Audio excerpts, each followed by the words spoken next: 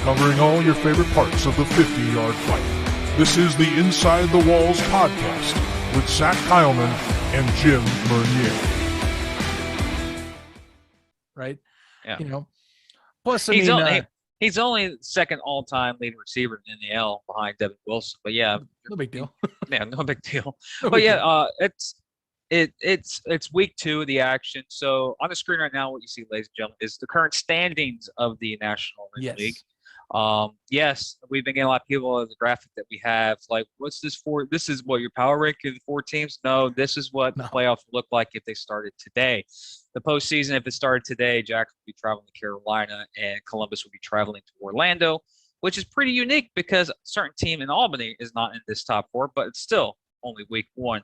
And it's based off point differential. That's why this standings is what it is today. That's where we get into entering week 2, where the standings.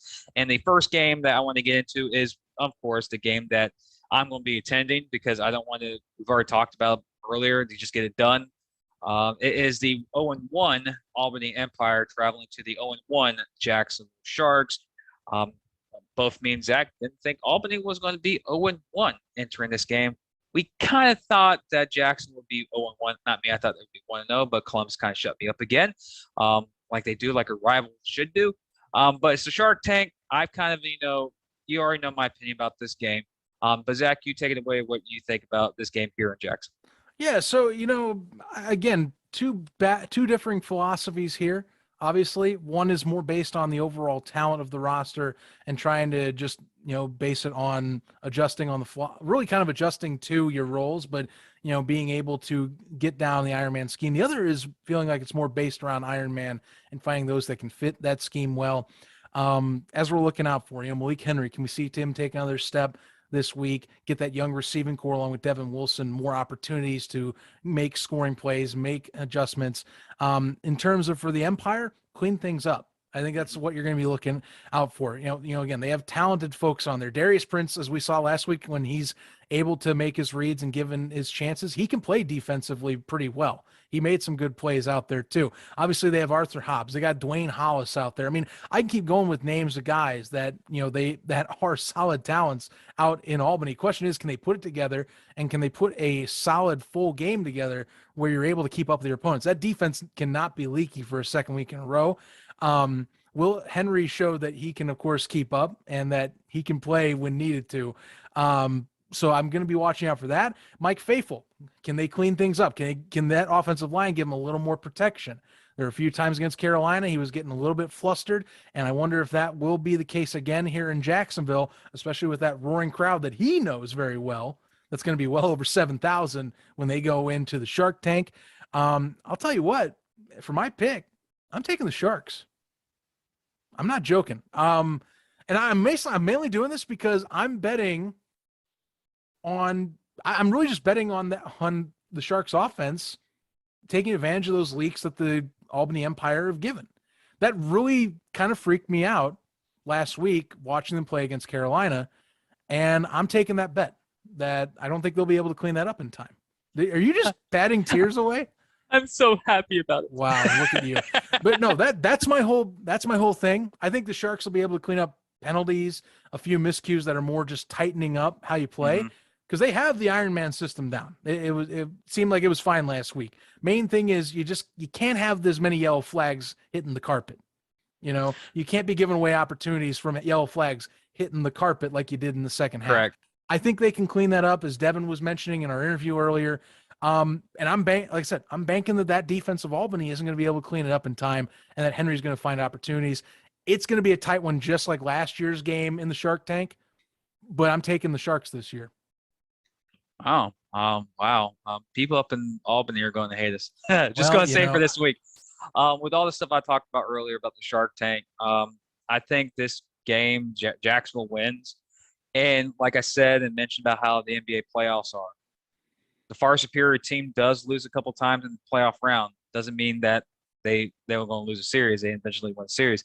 I think Jacksonville wins this game, but it's like what you said. It's going to be very close. And I think the fixing of the defense for the Albany side of the situation, I don't think that's a 1 week fix.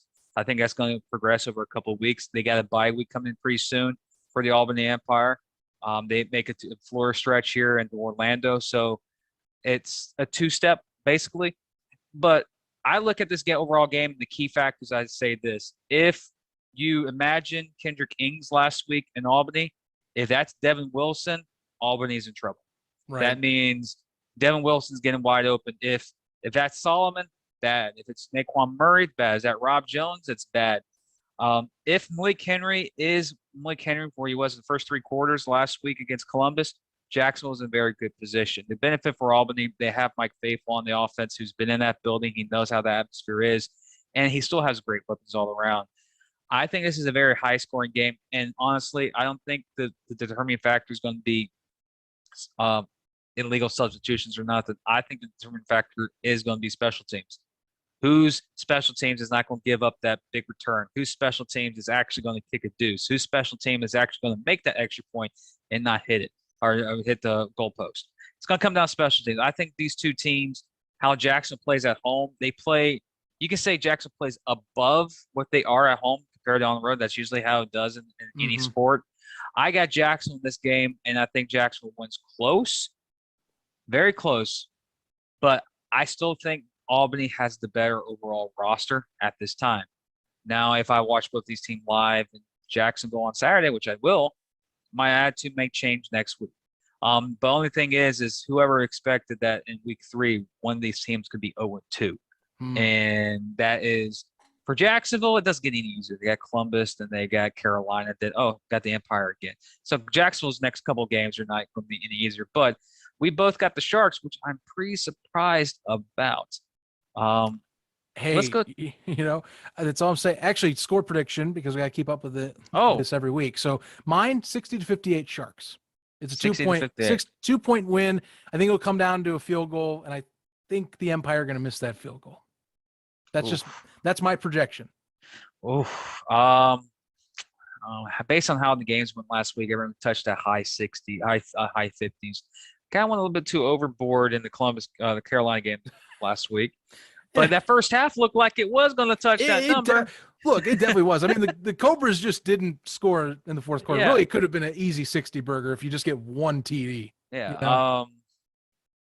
Give me Jacksonville 56, Albany 49.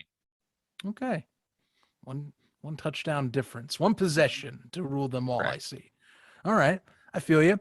We'll save our game of the week for last. Next up, the Cobras get to go and ride high off a win, getting to host their first game of the year in the Snake Pit. They invite the Orlando Predators, coming from San Antonio all the way over the East Coast to Greensboro to have their visit to the Snake Pit. Cobras, of course, Jonathan Bain, somewhat, had a few mistakes, but like we said, was fine as receivers all day. DJ Myers continuing his tear like he did last year. Kendrick Ings just being leaky as ever and a great special teams player. What can I even say? And of course, that Cobras defense showed up when needed. Those acquisitions have definitely come in and have wreaked havoc this year, as we have mentioned, of course, throughout this show. Orlando, again, watching out for, is Rakeem Cato going to play the whole game? Will that defense be able to slow down the Cobras more than the Empire did last week? I think they will a little bit. Those are the least bit of your headlines there you're watching out for in terms of this contest. For me, though, as much as I like Orlando's defense, that Cobras offense is scary to me. It really, I said that I was riding high on them last week. Watching them demolish the Empire in 3 quarters and then just kind of, even though it was an 8-point game, somewhat coast to victory in Albany. It's going to be tight. Orlando's going to be a stingy defense, but Carolina's going to overwhelm them eventually, is what I'm going to say. I'll give you my score prediction here. It'll be a little shorter. I'm going to say this one's it'll be a 53-42 contest. Carolina will pull away probably mid-4th quarter and lock it up eventually. Especially, I think it'll be tighter. Like I said, Rakeem Cato, I think, needs to play the whole game. I have said that enough this show. Just don't even do 2 QB systems. Indoor, outdoor game, I dislike them whatsoever. Just pick one, go with it. And if you have to mid-game, if something's going wrong for a spark, last resort. But pick one guy. I think it's Cato for this. But it's going to be a 2-score difference. Cobras will walk away 2-0. Well, I'm going to tell you my pick right now. Carolina. All right. will win this, and here's my reason why. I look at Cato and the offense in Orlando. It looks like it's not in gear yet. There was moments last week in San Antonio where it just stalled out, and if you stall out against an offense like this, Carolina, Jonathan Bain's going to tear you apart. And by the time you look up the scoreboard, you're down 3 scores, and 3 scores it's still achievable to come back from. Very rare it happens, but it can. But you're on the road in Carolina, your first road game of the season. For Orlando, if you get Cato in the mix, roll the clock out like you did against San Antonio a couple times. Get Beavers and get outlaw the ball. Mixing a couple runs there with Alfred. One thing I look at this the defense for Orlando last week. They did a good tendency of taking away the short routes for San Antonio. San Antonio did capitalize on a couple of deep routes, which is the way the game's going to happen. But for Carolina, what you did against Albany, Orlando didn't stop against San Antonio. That was the deep routes. If Kendrick Ings is wide open again, if DJ Myers is wide open at the end, James Summers is open at the end, you can torch him. Mm-hmm. And Jonathan Bain's that type of quarterback that Albany gave him time and some even plays that were very well covered, and he was putting the ball right on the money into these receivers. And yes, Orlando's defense, in my opinion, is a little bit better than Albany's right now. That doesn't mean Albany's defense is not going to improve. But right now, I just look at Orlando going into Carolina. They're going into what I like to say a buzzsaw. I think Carolina is going to win this game by 2 scores, maybe 3, possibly. I look at Orlando's offense. I like Cato. I like how the game is played. They like what you just said. Do not put Kagi in. Stick with one quarterback. I just don't think a mobile quarterback will fit in this type of game against Carolina, especially with an offense that is Carolina, that you give them multiple chances. I don't think Orlando can slow them down. But I think that determination of that game is going to happen. You're going to see a lot of football games are decided by the line scrimmage, of course. Right. And a lot of the games are decided early. I think this game is going to be a second quarter game where if Orlando's still in the game in the second quarter, late in the second quarter, I think it'll be a close game throughout. But if Carolina has a 2-score lead going into halftime like they did against Albany, I don't think Orlando has the offense to come back against Orlando. Orlando has offense guys to come back against Carolina that Albany did against Carolina. So I think Carolina wins this. I'm going to say I think they're going to be the first team to touch 60. I say 62 to 50. Fascinating. You think they'll crack 60 on Orlando? Because like I said, I like Orlando's defense. Like they brought a lot of those top tier guys back this year, But hey, this is not a shot at Brandon Fuentes. I still think he's a legit guy. No, yeah. That's not what I'm implying. Him or Josh Jenkins or anyone on that. They have a good second. I look or even at Lonnie Outlaw playing 2 ways. Too. Yeah, or I think he played a MAC this week if I remember. I need to go watch the highlights. But I look at Orlando and I'm not worried about the defensive mindset. I just have a feeling that if your offense is not scoring, your defense is out there longer than your offense, you're going to lose the game. That's a good point. And that's why I think it's going to happen. I don't think Orlando's offense is built up enough confidence or has enough caliber weapons to go gas per gas against Carolina. You're thinking possession economy. That's exactly what I'm looking at. You're going to score points in arena football. An average offense is. The problem is what Carolina showed us last week. They're not an average offense. Exactly. They kind of put the full pedal off the gas a little bit last week against Albany. They could have very well touched 60. In my point, I was saying they're going to touch 68 last week. They have the offense that can. Bain looks pretty good. He's in good condition. He looks like he's having fun again. He looked like the Jonathan Bain in Jacksonville and Jonathan Bain in Maine, not the Jonathan Bain that played in the other league. He looks like he has it. And he definitely, yeah. Like I said, dude, if the championship game was today, it's Carolina and Albany. And I still believe that, no matter what the outcome is of week 2. It's just that I like Orlando's defense, like the guys in Orlando. It's just pretty hard to predict against Orlando. But when it's Carolina and how they played last week, I got to stick with the hot gun right now, and I got to stick with Carolina. So I feel that. I mean, again, really showed up. Should be, I think, a fun contest to see him back in the snake pit. And really, I hope the snake pit comes out and supports, because really that first game, Yeah. I think that shows you how much Coach Resinalo and company put into this roster. A lot. They put a lot.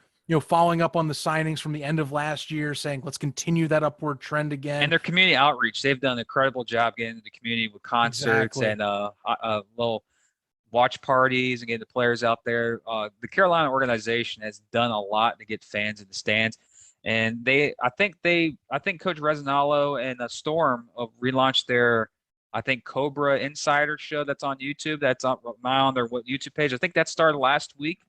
Where you go inside with the Cobras. It's a pretty unique show. They're doing their best in Greensboro, and then they're in the classic arena, Greensboro Coliseum. That's the home of the ACC, basically. They get the fan base out there and realize the Cobras there, and they got an organization that is the Carolina Cobras right now with the Jonathan Bain, DJ Myers, and James Summers, Kendrick Ings, Nishan Robinson. The list goes on.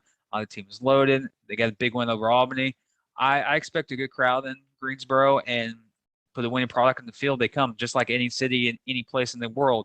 And no one's going to go pay tickets to go watch a losing franchise. They'll go see a winner and support a winner. And I think Carolina has that team this year. And props to the organization. Also, the what's the Honey Bunnies or the cheerleading team? Cobra Honeys. Cobra Honeys. They followed us on Twitter. So hello. All right. Oh, I guess what I forgot. Hello, YouTubers. Yeah, I gotta get that in. Yeah, I forgot that. But yeah, it's pretty cool that now that league sites are now following us, which is pretty cool. I appreciate it. But yeah, Coach Rez and Coach and Storm, the owner, they've done a lot this offseason, and they're not playing around. Week 1 showed that. So. Absolutely. Should be a fun game in the Snake Pit. Final game of the weekend, though, and that's going to be our game of the week, as we want to see what San Antonio, getting into the season more, being more adjusted to the talent in the NAL. They get to play against, one of the creams of the crop, the mainstays in the NAL, as they get the Columbus Lions coming to town at the Freeman Coliseum. Second game in a row. Home game hosting. We got to see the Coliseum and how it looks with that whole setup. Definitely probably the most unique setup in the NAL this season in terms of how that layout is, but it works. They have a good job getting the fan interaction. Just keep building that up. And the Lions obviously are, as we've said, one of the mainstays in terms of, not only community engagement, but also just building up a franchise that has consistent success. Looking forward to that contest. Jim, I'll give you this one. What are you looking forward in this contest, at least out of San Antonio? I want to look for a team that can correct its mistakes from last week. They came out of the gate in week 1 sluggish, and both teams did. Orlando and San Antonio did, but it seemed like it took San Antonio an extra 20 minutes in the game to finally get their act together.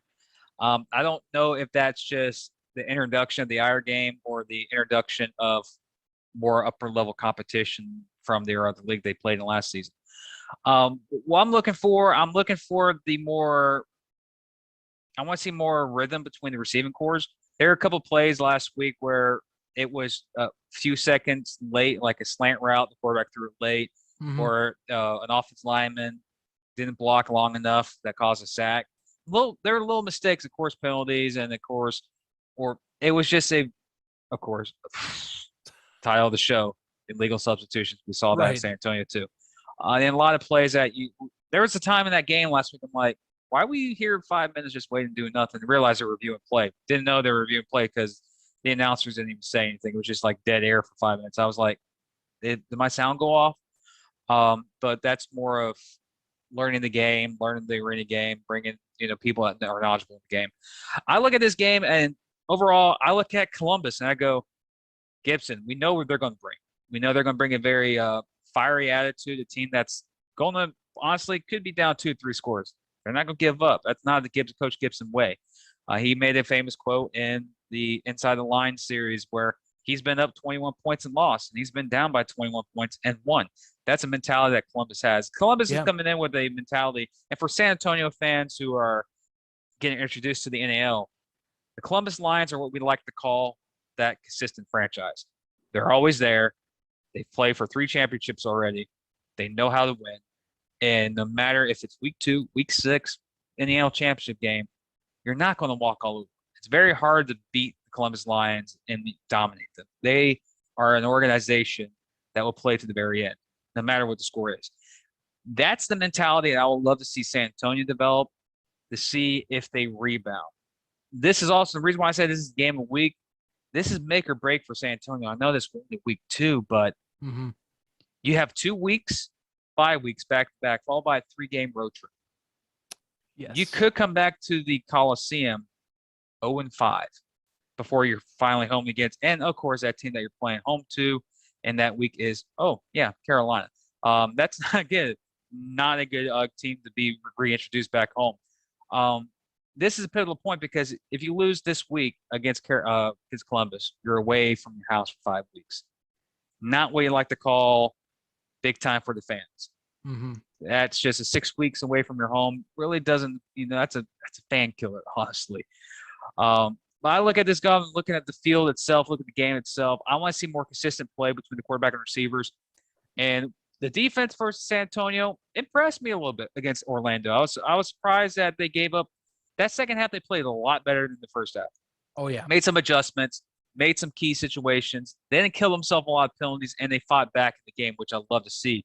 But I think that was also with Orlando trying to find their identity of Cato or Kagi at that time. But we answered that question about Cato. What I'm looking into this game, it's not the fans in the stands, not packed in the building. Please go to the San Antonio games. Got a good 4 tickets for $100. That's a great deal. 4 tickets for $100. Very cheap family fun. Go to Ticketmaster or call San Antonio Authority or people in San Antonio. Call Hector for tickets. That's what you do. There you go. Go pack the Freeman Coliseum.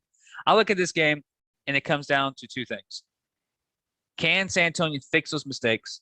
Can they be more consistent on offense? Can that defense then bring that second half performance into the first half against first half or the game against Columbus? And I look over to Columbus. Do what you do. You play like you played Jacksonville against San Antonio, you win this game easily. But when I said last week entering the games, we had the question mark on San Antonio, what San Antonio's going to do, and then multiple questions popped up after week 2. Well, most of speaking English, multiple questions that popped up were the Iron Man rule, the legal substitution. Is Carolina serious? Is San Antonio legit? Are they just a bad start? What should they do? And the other one is, Columbus hasn't changed. This game right here is going to come down to, can San Antonio make those mistakes? Can they be competitive in the fourth quarter against Columbus and Darren Daniel and Gibson? Because if Columbus plays like they did against Jacksonville against San Antonio is going to be in a herd of trouble. They'll be starting 0-2 and have 2 weeks to think about before having to go on the road to try and correct their mistakes. And I think they travel to Carolina when they come back after their 2-week bye. So that's not a good team to start off after a bye week. But I like to see see them correct mistakes. But this might be the shocker of all shockers, ladies and gentlemen. San Antonio does stay in this game. They do figure things out. It's their second game in NAL. But Columbus finds a way to win the game in the second half, like they always do, the Columbus way. It's going to be a battle in the first half. It's going to be a battle somewhere in the third quarter. Then Columbus, we're better than you. We have better talent. We're better coached, so on and so forth. I think they're the better team right now. But the score is going to be unique. You're going to get that same sluggish type of score that we had in week 1. I think Columbus wins this game 56-48 final score. Okay. You took a lot of words right out of my mouth. I want to see, mainly for me, San Antonio, I just want to see improvement. I'm taking this more as an eval year for them as an organization. And then, again, this is another great test, of course.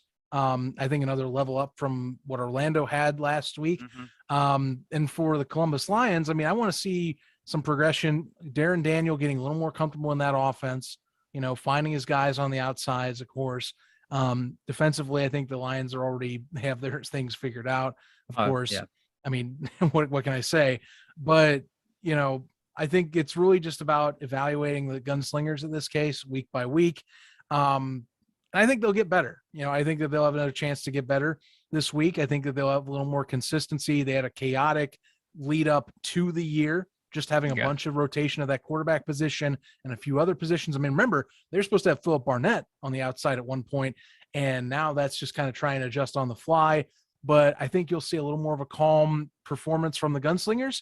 I do think it'll be competitive going into halftime, but I do have the Columbus Lions coming out 50 to 40 is what I got at the end of this contest. You'll see the Gunslingers score a little more, but eventually you're going to get one or two plays from a more talented Lions squad that will make the difference in this. Mm-hmm. I think, like overall pick we just did, I think Jacksonville and Albany would be the more competitive game between the three, and I think Orlando and San Antonio just run out of gas against Columbus and Carolina.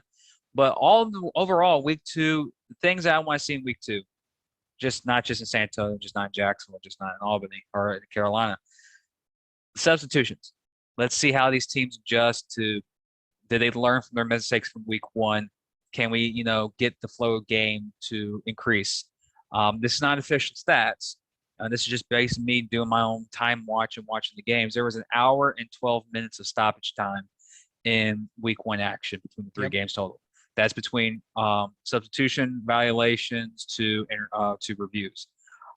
That's not a arena game. That's not the mentality of the yes. I can deal with speed it up. I can deal with the review times because that's just history. That's history in every league, no matter what league it is. Except for the USFL, they found a way to do it pretty fast. But I think the substitution thing, that's the thing that I want to kick, and also kick the deuces. Just go for it. I don't care. Give the big men some time to rest when they're on special teams. Like, well, don't let me run down this field. Make them. I think that's going to be just in time. But overall, week 2, this is we're recording during a week. Had a great guest, Devin Wilson. Had the rewards. Also, it's just week 2's here. If you're in Jacksonville, beat me, section 108. That's where I sit. Mm-hmm. I can give you all the nuggets that I know, which means you're not going to get any of it because you can go buy them at the concession stands right behind me for all the nuggets that you can get. But yeah, I'm looking forward to being in Jacksonville, and I just want to see those things. 2 main things fixed this weekend is just speed up the time with the substitution stuff. I can deal with the review time. I don't want to be sitting in the game for 5 minutes going, what the heck's going on? Right. What we're doing here. You're killing the vibe of the game. And also I want to see clean football, which we did last week. We had a lot of clean action around the league. And of course, week 2. And it's interesting. Shark Tank's will be rocking, Carolina's will be rocking. And fans in San Antonio, go out there and support your Gunslingers. Tickets are cheap. Family 4-pack for $100.